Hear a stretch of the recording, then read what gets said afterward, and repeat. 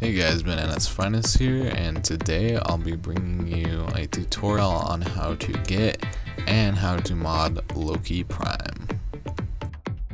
Alright, so let's go ahead and talk about how you get Loki Prime to start things off. So this WarFrame is not for the faint of heart nor the faint of wallet. He's a huge pain to get if you're farming for him.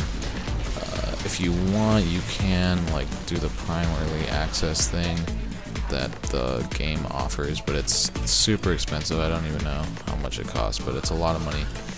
And then you can also try and find his parts to buy on the trading tab. People are always selling his parts, so maybe you can find a deal on them there if that's the route you want to take. But if you do actually try and farm for his parts, then he's a huge pain. It takes a lot of time. You need a lot of good people. You need a lot of good gear yourself. He's the only Prime WarFrame whose parts drop in T4 Void missions. No other Prime has that. His helmet drops in T4 Survivals. His systems drop in T4 Defenses. And then his chassis is in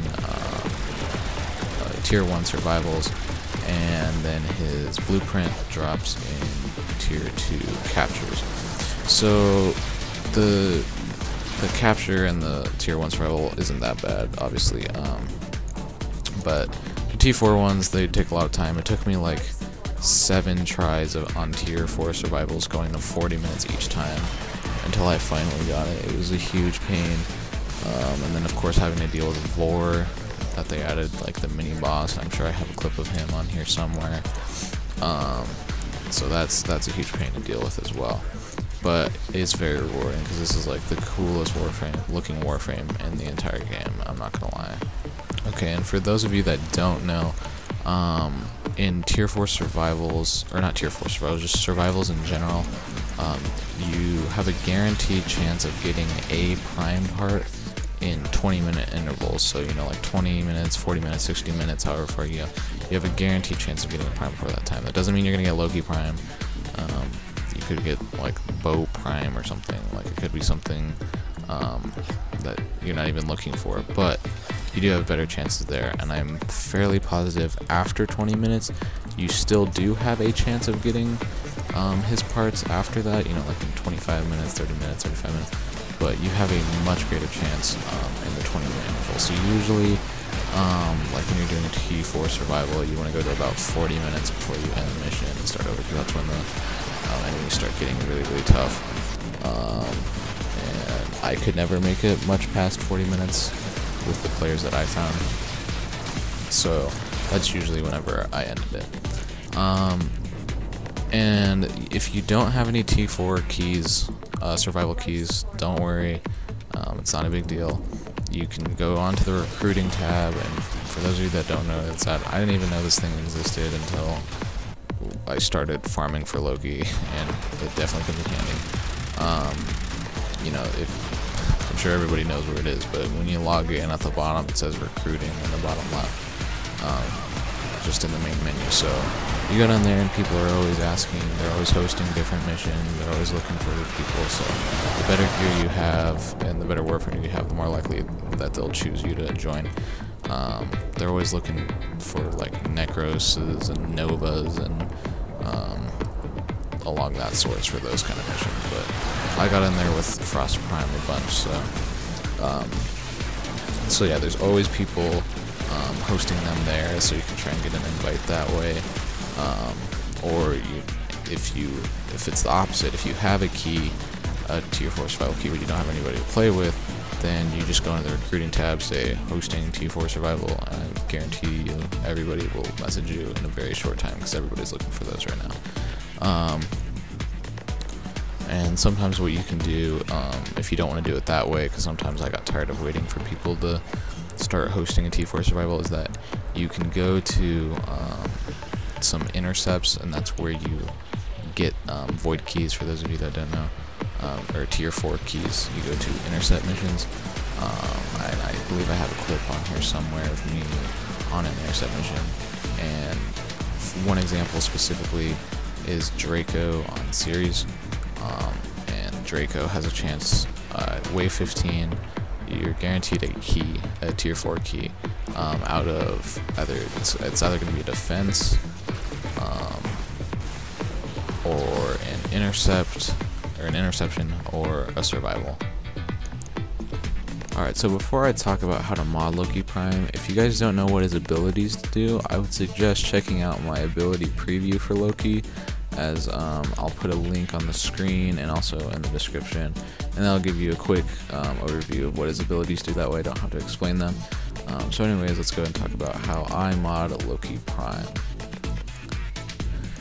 Okay, so for your aura mod, you're going to want Energy Siphon, as it does match your polarity. It gives you the regenerating power or energy.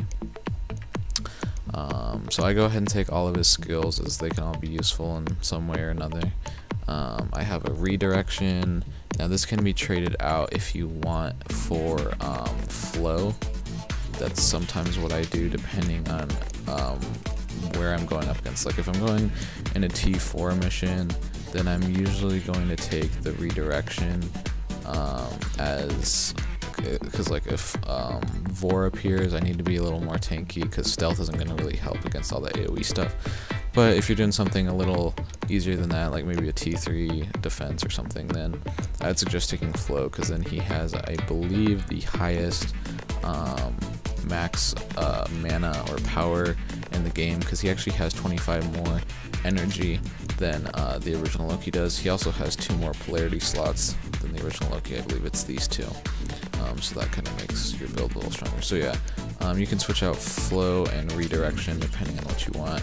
Not really worrying about vitality that much, because I find in this case redirection to be better. And I don't have redirection all the way leveled up, just because I don't really have the credits or fusion cores for that right now. I've been leveling up other things. But anyways, I go ahead and take continuity and constitution for power duration. Knockdown recovery is also nice on constitution for if you do get caught out after your invisibility runs out. And so the power duration is mainly for decoy and invisibility. You can, stay invisible for longer, and that's what's going to be your main survivability tool. You're just going to be wanting to use that all the time. Now I have stretch and overextended for increased range on radial disarm. Stretch, I mean, that's what they do. They increase power range. Overextended is perfect for Loki because it takes away power strength while giving you massive power range, and since none of his abilities actually do any damage, then the power strength doesn't even affect him, so that's pretty nice. And then I also have a natural talent on there to increase the casting speed on mainly, I mean, obviously increases it for all of them, but mainly for invisibility and radial disarm. That way you're less vulnerable whenever it runs out, and you can disarm enemies faster. So like I said, there's obviously many ways that you can mod Loki Prime, switching out certain parts of this and depending on how you format him, but this is the most effective way I have found it to be. Alright, thank you guys for watching. If you enjoyed, please subscribe, and check out my channel for more WarFrame content. I've got ability previews and more tutorials on how to get and mod Warframes.